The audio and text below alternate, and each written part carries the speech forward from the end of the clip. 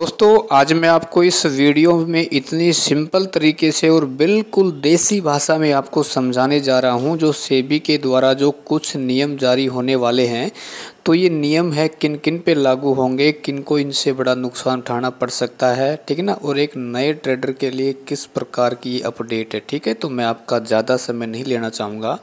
देखो दोस्तों, सेबी क्या कर रही है, सबसे पहले जो दो प्रतिदिन एवरीडे क्या होती है एक्सपायरी डे, उसको ख़त्म करने जा रही है, ठीक है ना।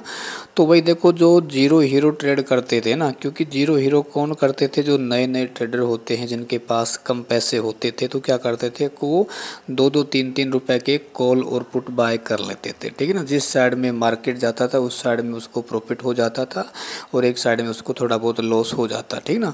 तो ये क्या है, ये क्या जीरो हीरो बाद में करेंगे कि नहीं या नहीं करेंगे, उस पर भी अपने यहाँ बाद में डिस्कस करेंगे। उसके अलावा देखो दोस्तों, मान लो मैं जैसे एवरीडे बैंक निफ्टी में हेजिंग करता हूँ ना, तो मुझे इससे कोई नुकसान होने वाला नहीं है, ठीक है ना। क्योंकि मुझे एक्सपायरी डेट से कोई मतलब नहीं है, क्योंकि मुझे यहाँ पर क्या होता है, टाइम डे के का जो पैसा हमें मिलता है। क्योंकि मार्केट थोड़ा सा भी साइडवेज हो जाता है, धीरे धीरे मार्केट ऊपर नीचे होता है, तो हमें वहाँ टाइम डे का पैसा मिल जाता है, ठीक ना। तो हमें इससे डरने की आवश्यकता नहीं। बस ये है, हाँ कैपिटल इसमें डबल लगेगा। अब देखो भाई क्या है, सेबी ने जो नियम जारी करने वाला उसमें ये कहा गया है कि भाई जैसे मान लो आज एक लोट आपको मान लो 2000 का मिलता है, तो ये नियम लागू हो जाएंगे ना, तो ये लोट आपके दुगने हो जाएंगे, ठीक ना। जैसे 2000 का आज मिलता है तो कल वो आपको 4000 मिल जाएंगे 5000 में। आप जितने इन द मनी में जाओगे है ना, उसका आप डबल कर लेना। ओटीएम में आएंगे तो उसका आप डबल या 2.5 गुना कर लेना, ठीक है ना। तो कहने का मतलब इस पे लगभग 2.5 या 2 गुना कैपिटल आपका इसमें बढ़ जाएगा, ठीक है ना। जैसे मान लो हम हेजिंग करते हैं, ठीक है, और जैसे हम डायरेक्शनल हेजिंग में ये एक 12,000 में हो जाती है, तो उस समय 24,000 में हो जाएगी, है ना। डेल्टा नेचुरल जो हमारी 28,000 में हो जाती है, वो उस समय 56,000 में हो जाएगी, ठीक ना। और उतना ही उसमें भाई प्रॉफिट बढ़ जाएगा, ठीक है। कहने का मतलब आपका कैपिटल बढ़ेगा तो आपका प्रॉफिट बढ़ेगा, ठीक है। तो जो हेजिंग करते हैं तो उनको तो इससे कोई टेंशन लेने की आवश्यकता है ही नहीं, ठीक है ना। क्योंकि काफ़ी क्या करते हैं, एवरीडे एक्सपायरी में हेजिंग करते हैं।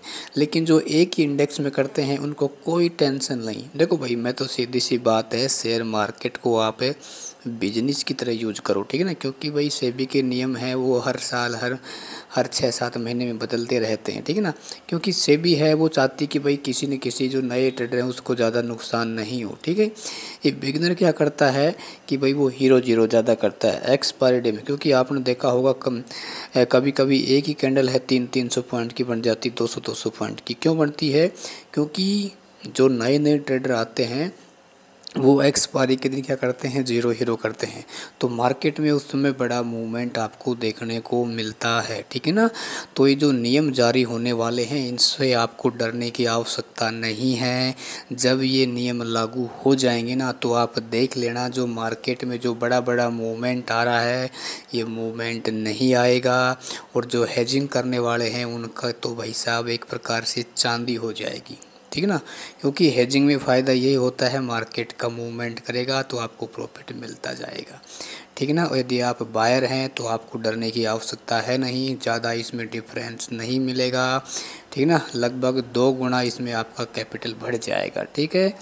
और जैसे मान लो आप निफ्टी 50 में करते हैं, एक लोट आपको 5,000 का मिलता है, तो उस समय देखो इन द मनी में क्या आपको महंगे मिलते हैं ना।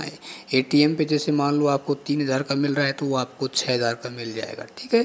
तो इसको समझो, इससे डरने की आवश्यकता है नहीं, आपको घबराने की आवश्यकता नहीं है। बस यदि आपने प्रॉपर तरीके से सीखा हुआ है तो दोस्तों मार्केट में आप चारों दिशाओं से पैसा बना सकते हैं। चाहे आप स्टॉक से बनाएं, चाहे आप एसआईपी से बनाएं, चाहे आप ऑप्शन ट्रेडिंग से बनाएं, चाहे आप हेजिंग से बनाएं, ठीक है। डरे नहीं, नियमों को आप समझें।